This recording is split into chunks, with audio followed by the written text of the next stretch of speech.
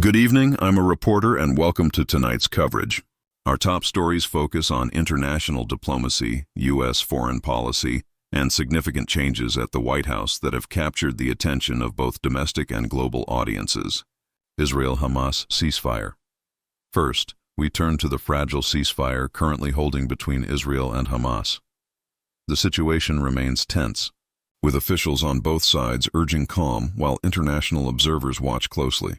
The ceasefire, which has been difficult to maintain over the past weeks, has already been strained by sporadic clashes and political posturing. The White House is emphasizing the importance of sustaining this fragile peace. President Trump has repeatedly stressed that maintaining stability in the region is a top priority for his administration. Senior aides indicate that the U.S. is working behind the scenes with European and Middle Eastern partners to strengthen diplomatic channels and ensure that recent gains in peace are not lost to renewed hostilities. Experts note that while ceasefires in the region are often short-lived, sustained dialogue and economic support can help stabilize these agreements.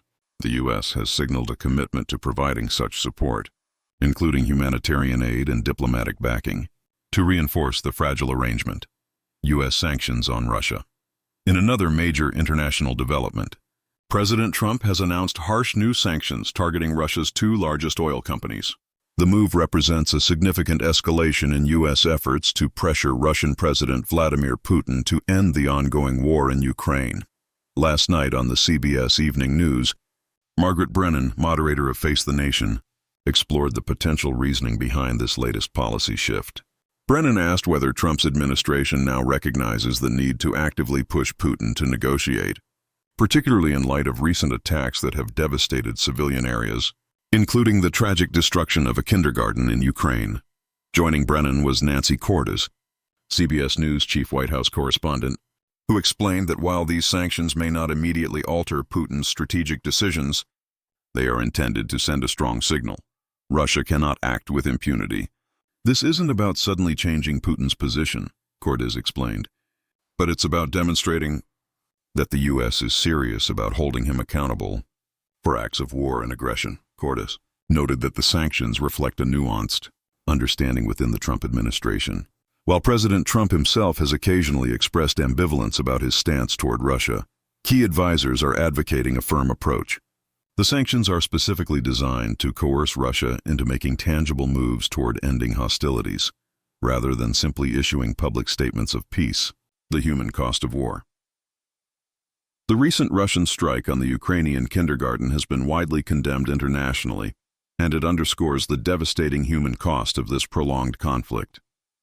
World leaders, humanitarian organizations, and analysts have reiterated the need for sustained diplomatic pressure. They warn that without targeted sanctions and international accountability, civilian populations in conflict zones continue to suffer. Unnecessarily, U.S. policymakers argue that these measures are part of a broader strategy to not only weaken Russia economically but also to reinforce the moral imperative that acts of aggression must carry consequences. The White House hopes that economic pressure will eventually create leverage to encourage negotiations, although analysts remain cautious about the immediate effectiveness of these measures. Trump administration's strategic messaging. Nancy Cordes emphasized that the sanctions are also a form of strategic messaging. By imposing severe economic restrictions on Russia, the administration is signaling to both allies and adversaries that the U.S. is committed to enforcing international norms. Cordes remarked that this dual approach, combining economic measures with public statements, reflects a complex balancing act for the White House, which seeks to demonstrate both firmness and diplomatic resolve. In practical terms, these sanctions are expected to limit Russia's ability to generate revenue from its oil exports, which are a critical component of the national economy.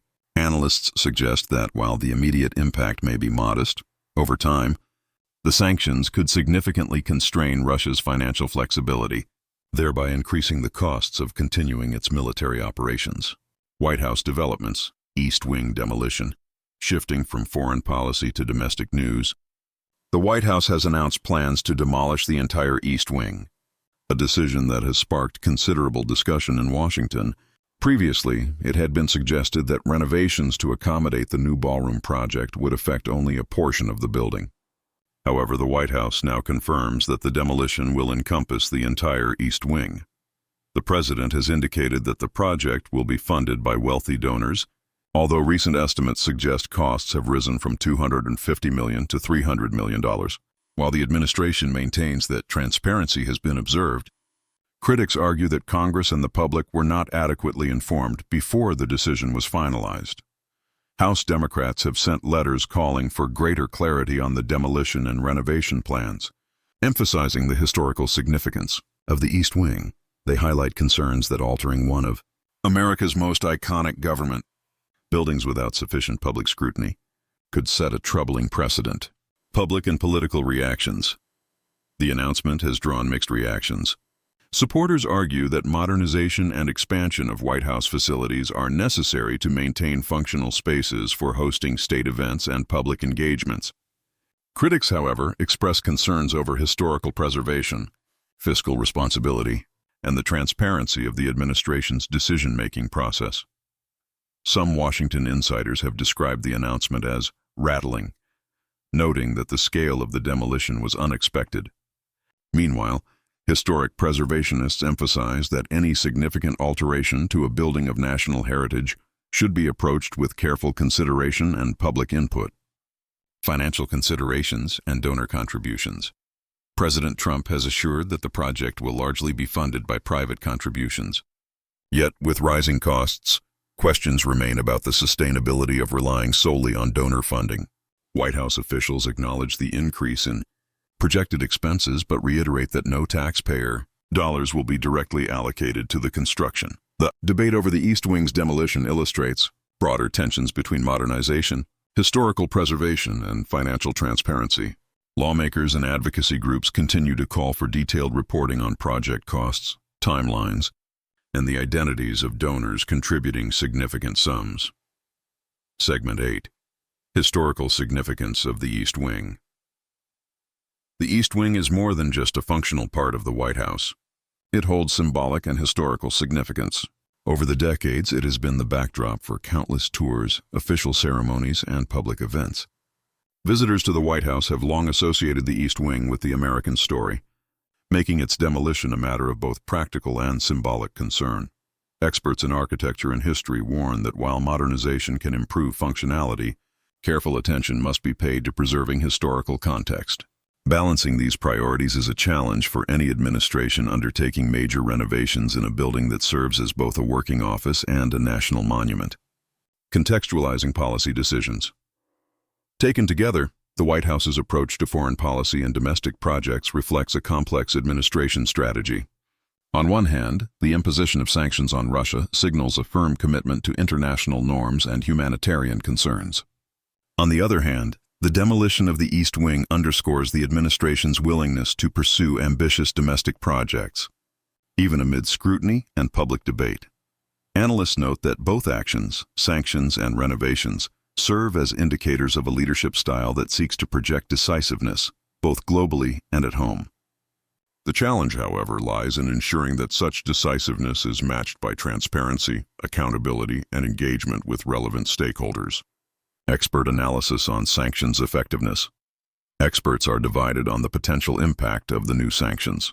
While some argue that targeted economic restrictions could gradually pressure Russia to reconsider its military strategy, others caution that economic coercion alone may not be sufficient to alter entrenched positions. Historically, sanctions have had mixed success. In some cases, they have led to significant diplomatic breakthroughs. In others, they have had limited impact, with countries finding alternative markets or financial mechanisms to bypass restrictions. Analysts suggest that the effectiveness of Trump's new measures will depend on coordinated international support, enforcement rigor, and the ability to adapt strategies as the situation evolves. Public sentiment and media coverage. Media coverage of both foreign and domestic developments has been intense, reflecting widespread public interest. Polls indicate that Americans are closely watching the administration's approach to Russia and Ukraine, as well as decisions affecting iconic national landmarks.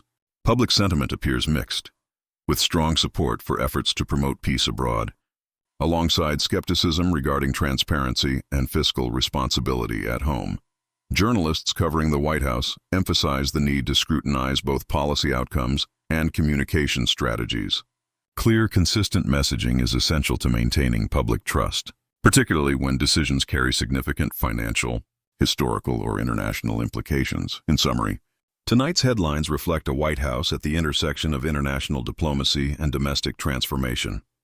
President Trump's new sanctions on Russia are a clear signal of commitment to enforcing accountability in the ongoing Ukraine conflict, while the East Wing demolition highlights ambitious domestic initiatives that are generating debate and scrutiny. As these stories continue to unfold, the administration faces the dual challenge of managing complex international relationships and navigating the expectations of the American public regarding transparency, historical preservation, and fiscal responsibility. From fragile ceasefires in the Middle East to strategic economic sanctions in Europe, and from historic renovations at the White House to evolving political debates in Washington, these developments offer a window into the priorities, challenges, and strategies shaping this administration's tenure. We will continue to follow these stories closely, bringing you updates and analysis as events unfold.